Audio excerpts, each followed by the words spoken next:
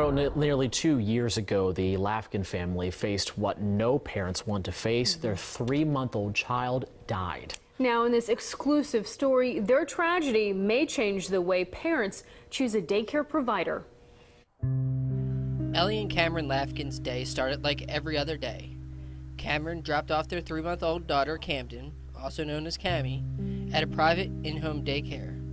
But just hours into the day, Cami stopped breathing. Cameron returned to the sitter's home in Massanutten and rode in the ambulance to the hospital. Ellie met them there. I didn't know what was going on still at that point, so I just asked Cameron. I said, is she okay? Is Camden okay? And he just grabbed me and hugged me really tight, and he said, no, she's not. Cami died from sudden infant death syndrome, or SIDS, in May of 2012. At that moment, on that day, this Shenandoah family's life was forever changed. A change that they now hope will change Virginia law. A routine death investigation followed. That's when the case took a twist. Investigators found meth in the sitter's home.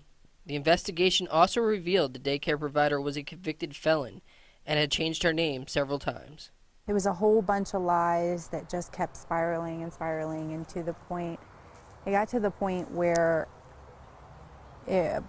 everything she had told us was a lie. There was not an ounce of truth in anything she had told us about herself or her daycare or her lifestyle.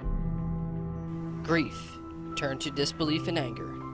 The couple became frustrated that they were fooled into believing the daycare provider was trustworthy. The couple created Cami's campaign and joined forces with Child Care Aware of Virginia. Together they pushed for a new law which would require in-home daycare providers to submit to a fingerprint background check.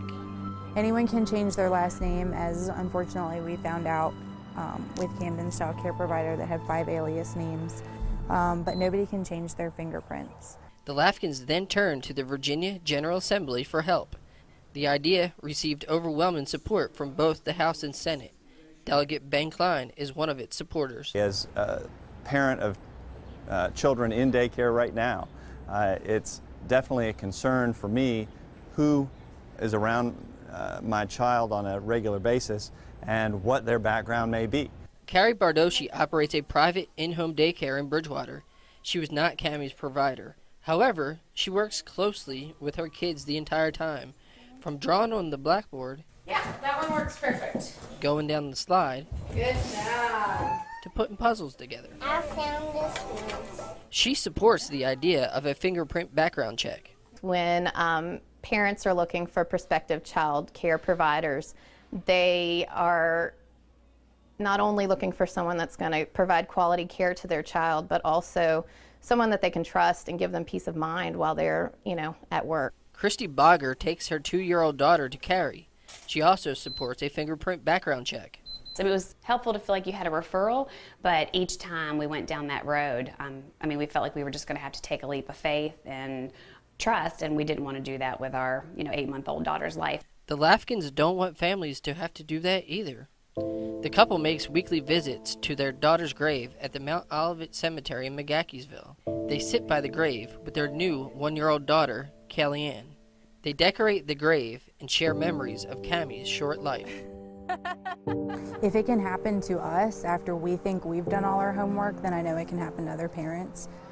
So I think education and knowledge and increasing the safety standards in childcare and the background fingerprint checks, I know will really increase the quality of childcare and the peace of mind for working parents. While the sun sets on Cami's life, they hope her legacy lasts forever. In McGaheysville, Pete D'Elia, only on WHSV.